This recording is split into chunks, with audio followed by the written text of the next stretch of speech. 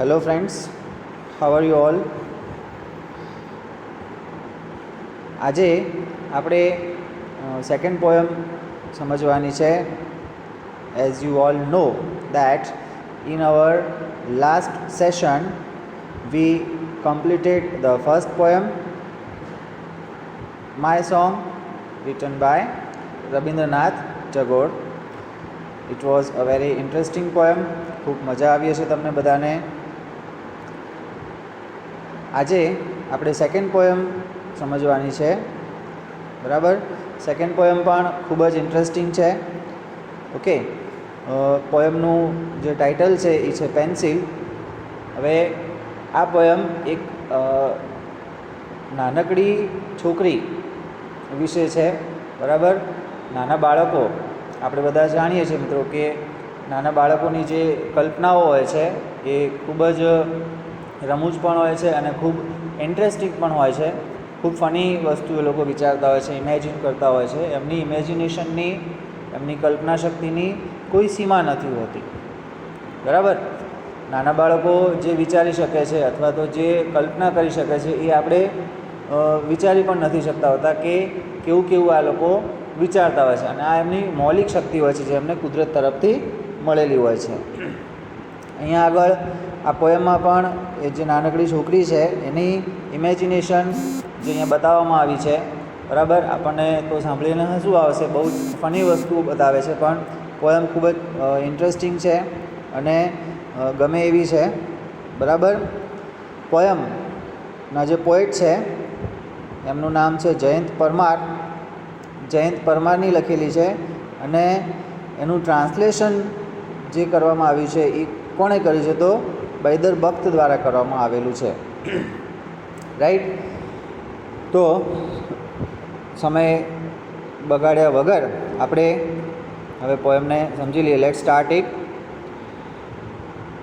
My daughter, little dear daughter. Actually મિત્રો આ જે પોયમ છે એની ગ્લોસરી પણ નીચે આપેલી છે. 3 જ શબ્દો છે અને એ બહુ જ કોમન વર્ડ્સ છે, કોઈ અઘરા શબ્દો આમાં છે નહીં આ પોયમમાં, બરાબર. છતાંય જોઈ લઈએ તો પહેલું છે ગ્લાસીસ. ગ્લાસીસનો મતલબ થાય છે સ્પેક્ટેકલ્સ, જેને આપણે ચશ્મા કહીએ છીએ, બરાબર. પછી પેચ.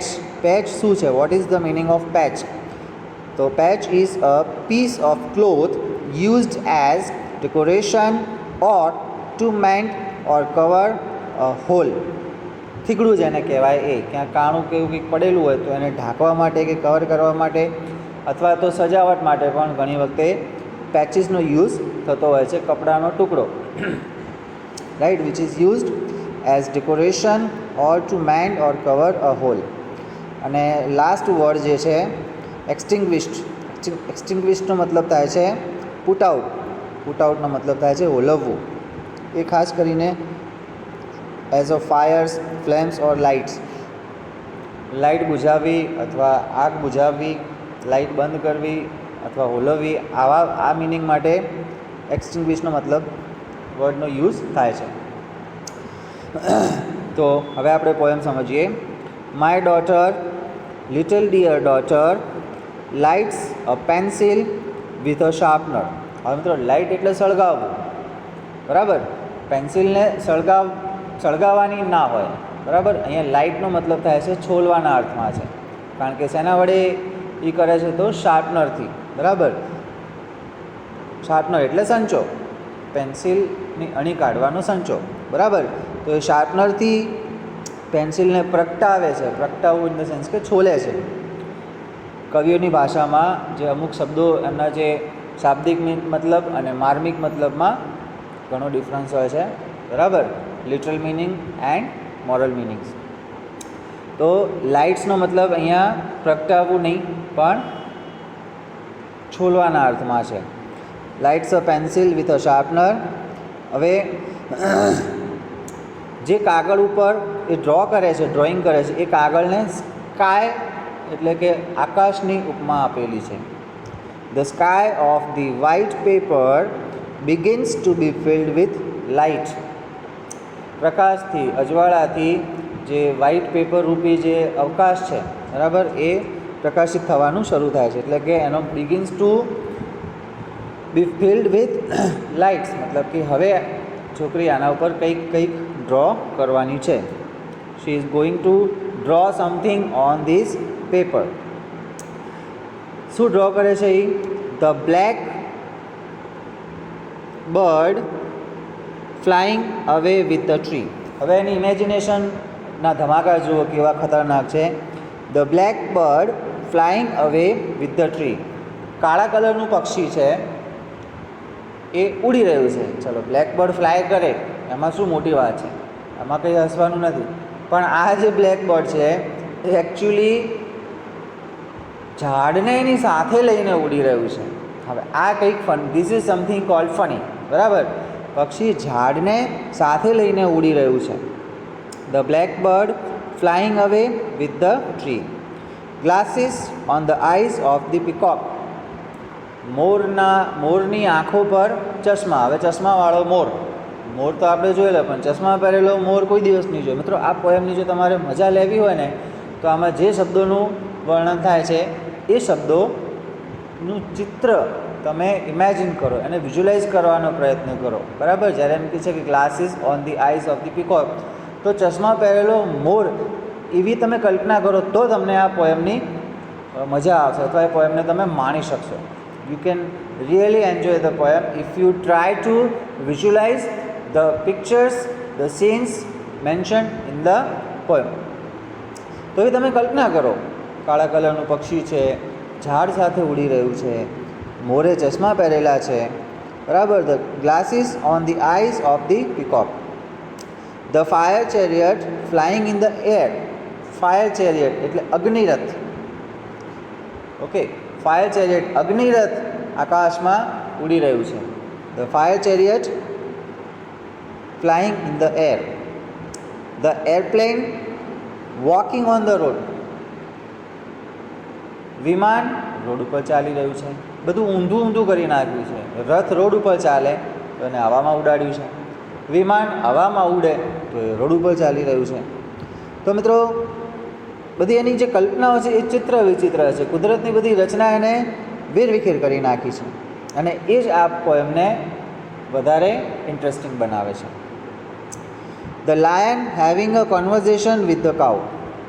હવે ગાય અને સિંહ. ગાયને જોઈને સિંહ છોડે, જીવતી છોડે? ના છોડે. પણ અહીંયા ઊંધું છે. અહીંયા ગાય અને સિંહ બંને વાતો કરી રહ્યા છે. The lion having conversation with the cow. Okay, a one eyed sun on the black tree. મિત્રો, વન આઈડ એટલે એક આંખવાળું સૂર્ય. The one eyed sun on the black tree. એ ક્યાં છે? તો કે કાળા વૃક્ષ પર. હવે વૃક્ષ કોઈ દિવસ કાળા કલરના વૃક્ષ આપણે નહીં જોયા હોય, પણ આ બાળકની કલ્પના છે. A one eyed sun on the black tree with a patch of cloud over it. એના ઉપર વાદળાનું એક થીગડું છે. with a patch of cloud over it. A blue bird flying on the forehead of the cloud. forehead એટલે કપાળ. A blue bird flying on the forehead of the cloud. આ forehead word આગળની પોએમમાં પણ આવેલું હતું, બરાબર. I will kiss my song will kiss your forehead, એ રીતની લાઈન આવતી હતી, બરાબર ને. તો ફોરહેડનો મતલબ થાય છે કપાળ. ફોરહેડ શબ્દ મિત્રો, ફોરમાંથી ઘણા બધા શબ્દો બને છે, બરાબર. ફોર સાઇટ, ફોરહેડ, બી ફોર, બરાબર. ફોરની આગળ બી મૂકો તો બી ફોર એટલે પહેલાં. એટલે એક શબ્દમાંથી તમે જુઓ તો ઘણા બધા શબ્દો બની શકે છે. આપણા પિતા હોય એમને ફાધર કહીએ આપણે. ફાધરના ફાધર જે પૂર્વજ હોય આપણા, એમને ફોર ફાધર્સ કહેવાય, FOR. એમાં બી આ જ ફોર આવે છે. તો આ એક વર્ડમાંથી મિત્રો તમે જુઓ ઘણા બધા શબ્દો બની શકે છે, બરાબર. A blue fish flying on the forehead of the cloud. હવે વાદળના કપાળ પર વાદળી કલરની માછલી ઉડી રહી છે. માછલી બી ઉડે, બોલો. તરવાવાળા ઉડે છે, ચાલવાવાળા ઉડે છે, બરાબર, અને ઉડવાવાળા ચાલે છે. A blue fish flying on the forehead of the cloud. The yellow butterfly swimming in the waterfall. Waterfall એટલે જ્યાં પેલું જળધોધ જે કહેવાય, જ્યાં પાણી ઉપર પહાડ ઉપરથી નીચે પડતું એને વોટરફોલ કહેવાય. તો એ વોટરફ્લાયની અંદર પીળા કલરનું પતંગિયું તરી રહ્યું છે. હવે વોટરફોલમાં સ્વિમિંગ કરવું પોસિબલ છે? કોઈ કે નદીમાં સ્વિમિંગ કરો, તળાવમાં કરો, હા તો એ થાય, પણ આ તો વોટરફોલમાં સ્વિમ કરી રહ્યું છે. So see the imagination. My darling daughter in her ecstasy. Ecstasy મતલબ અત્યાનંદ. એક્સ્ટેસીનો મતલબ થાય છે અત્યાનંદ, અતિ આનંદ, વધારે પડતા આનંદમાં આવીને is busy drawing strange pictures. વ્યસ્ત છે એ વિચિત્ર ચિત્રો દોરવામાં. અત્યાનંદમાં એટલું બધું એના આનંદમાં છે કે એ બધું બધા સ્ટ્રેન્જ પિક્ચર્સ ડ્રો કરી રહી છે. બરાબર, ચિત્ર વિચિત્ર કલ્પનાઓ એની રજૂ કરી રહી છે.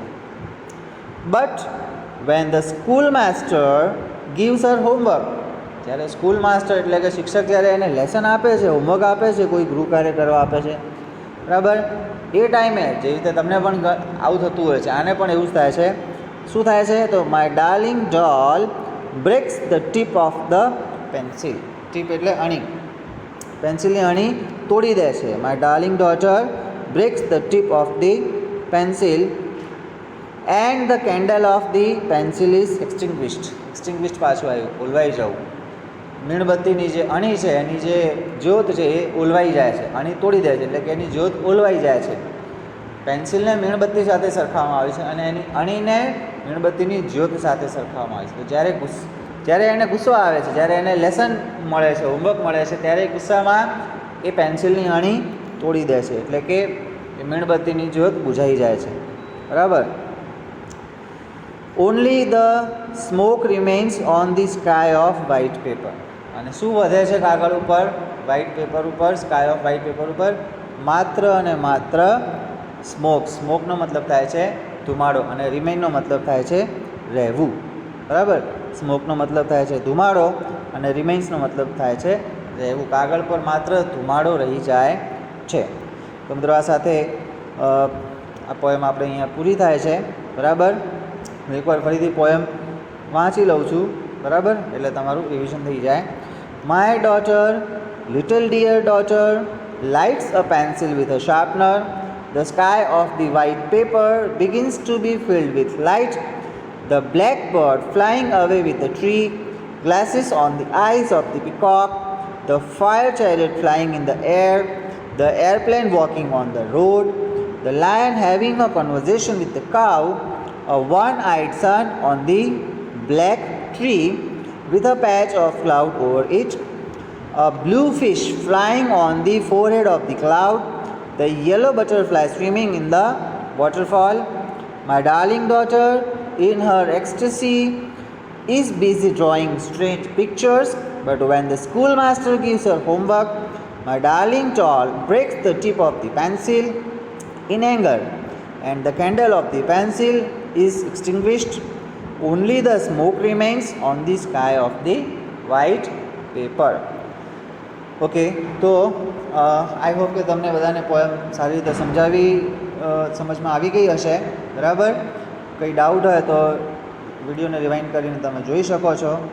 ઓકે, અને છતાંય પણ કંઈક વસ્તુ ના સમજાતી હોય તો મને તમે મેસેજ કે કોલ કરીને પૂછી શકો છો. Till then everybody, goodbye, have a nice day, God bless you.